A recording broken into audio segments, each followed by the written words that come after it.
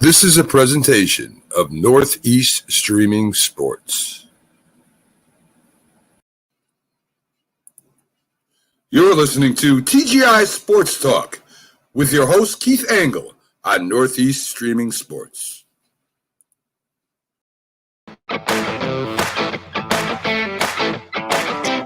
Hey guys, welcome again. Keith Angle for TGI Sports Talk right here on Northeast Streaming Sports Network. Listen, guys, my weekly vlog today.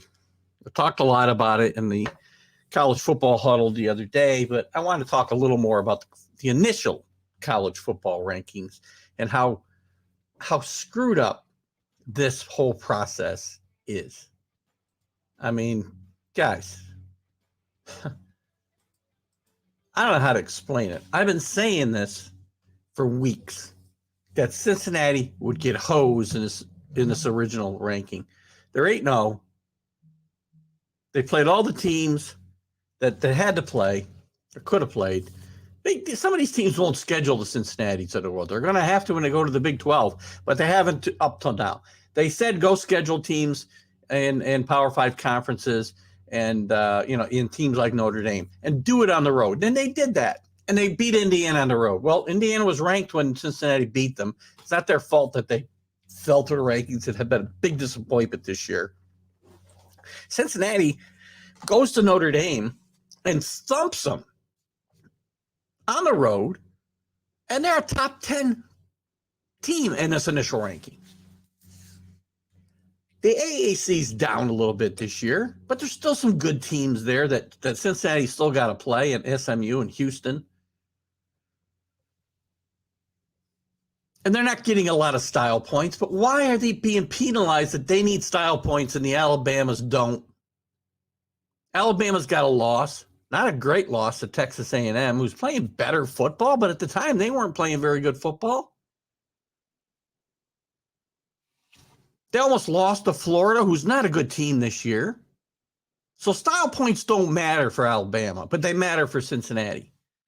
That's one of my biggest issues here. I said forever they were going to leave Cincinnati out of this number 4 slot or the top 4 slots because when they went undefeated and the other teams they wanted to move past them, and they did so, and they dropped them out of the rankings, say the last week or the last couple weeks of these rankings come early December.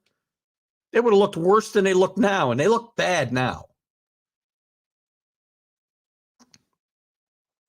Alabama should be behind Cincinnati. Alabama can win their way in. Oregon should be behind Cincinnati. They've got a loss to a really mediocre Stanford team. And a mediocre Pac-12, by the way. And I could argue that the AAC is no worse than the Pac-12 the last few years, including this year. Ohio State, okay, it's a Big Ten team. They haven't played the best of the Big Ten except for Penn State, who's on a downward turn right now anyway. But they can play themselves in. Oklahoma, I don't have a problem with their ranking. They can play themselves in because of the teams they have left. Cincinnati doesn't. And it's not necessarily their fault. So by ranking them 6, they've really given them no chance probably to move up, because if teams like Alabama lose and move down, or Michigan State loses and moves down, then either the Michigans or the Oklahomas or even the Wake Forests or the Notre Dames are going to move up, maybe even Oklahoma State, are going to move up and pass them. They do this year in and year out to these group of 5 teams, and it's not okay anymore. These big power conferences are running everything, including this poll. ESPN doesn't really have anything to do with it, but if you don't think there's some input and people whispering in people's ears, you're nuts. Cincinnati deserved to be ranked 5. Are they one of the best? I'm sorry, ranked in the top 4. They're number 2 in the AP poll, ahead of Alabama, ahead of Michigan State, ahead of Oregon, ahead of Ohio State. I said Ohio State. These teams got a chance to play themselves in. Cincinnati really doesn't. And you're going to say, well, then they don't belong there in the first place. They deserve a shot here.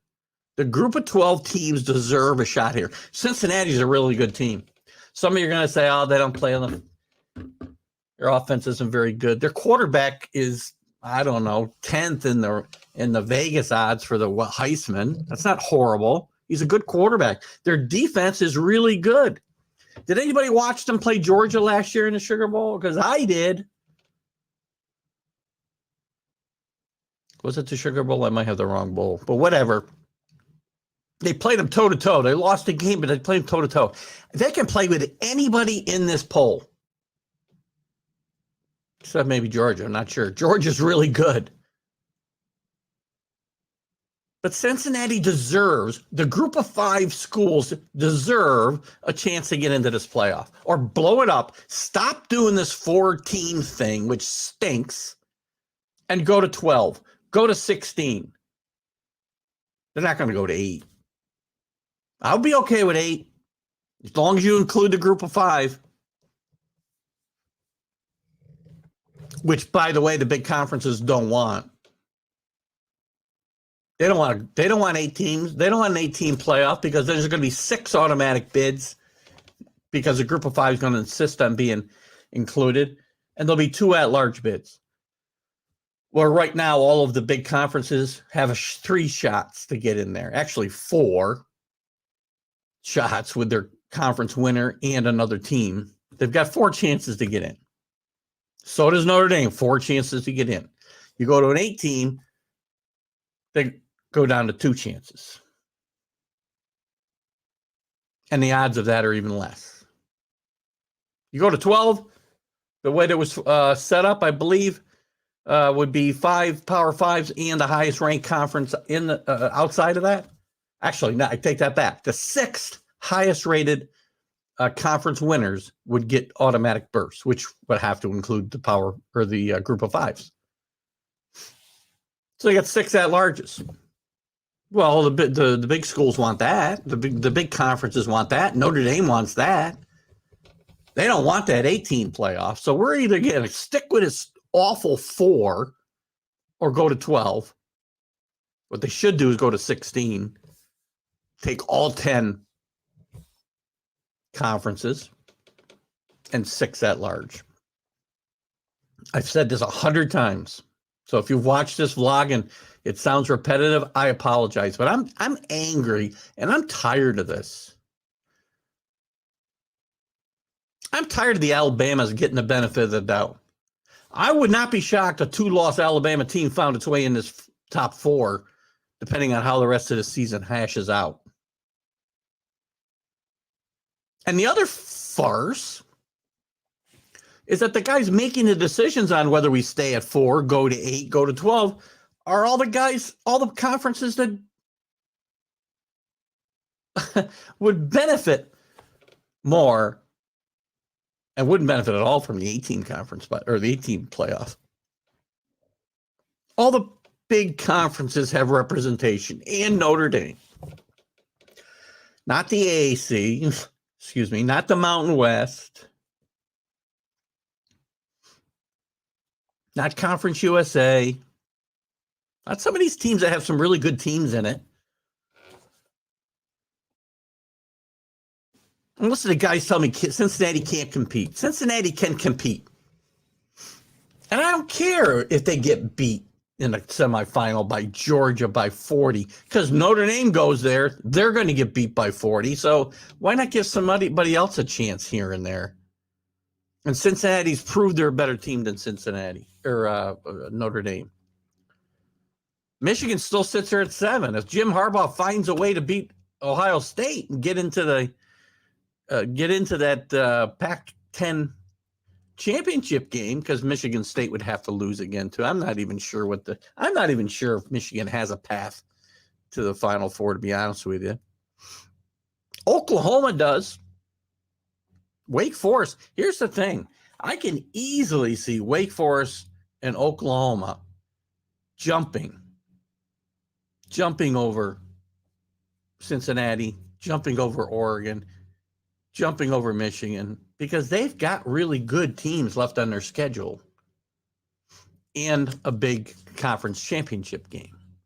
Wake Forest is another great test.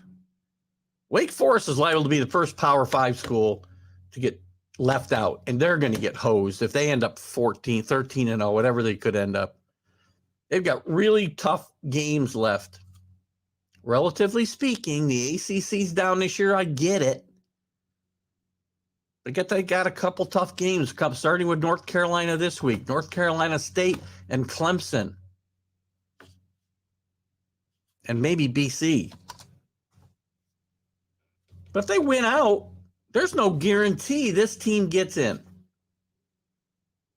Undefeated, they'd be the first Power 5 winner not to get in the 14 playoff. And that would be a shame. Because if Alabama continues to win and wins all the way up, beats Georgia in the SEC championship game, Georgia and Alabama are both going. Okay? Most likely the winner of the Big Ten is going. Whether it's Michigan State, Ohio State, unless there's an upset in Minnesota or somebody from the South wins, that's not going to happen. Whoever that championship game is going to be a blowout. So I'm seeing Michigan State or Ohio State getting in. That's 3. That's 3 right there. Oklahoma wins out, they're probably going to be 4. Oregon wins out. It's going to be very interesting. That 4 spot, if everything I just said happens, Alabama wins out and beats Georgia, they're still going to be in the top. They're probably going to be 1 and 2 still. Maybe they'll flip-flop.